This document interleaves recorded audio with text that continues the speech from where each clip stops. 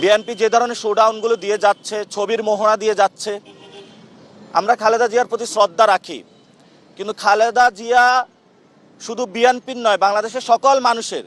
কিন্তু খালেদা জিয়াকে ব্যবহার করে কেউ যদি নির্বাচনী ফায়দা হাসিল করতে চায়, এটা বাংলাদেশে সঠিক না। এটা খালেদা জিয়ার প্রতি অসম্মান করা হয়। এবং জিয়াউর রহমান যে পথ দেখিয়েছেন, সেই পথে আমাদের যাওয়া উচিত। বাংলাদেশ পুনর্গঠনে উনি 19 দফা দাবি দিয়েছিলেন, যে 19 দফা দাবিতে অর্থনৈতিক বৈষম্য দূর করে কিভাবে বাংলাদেশ গঠন করা যায় সেই কথাগুলো বলেছেন।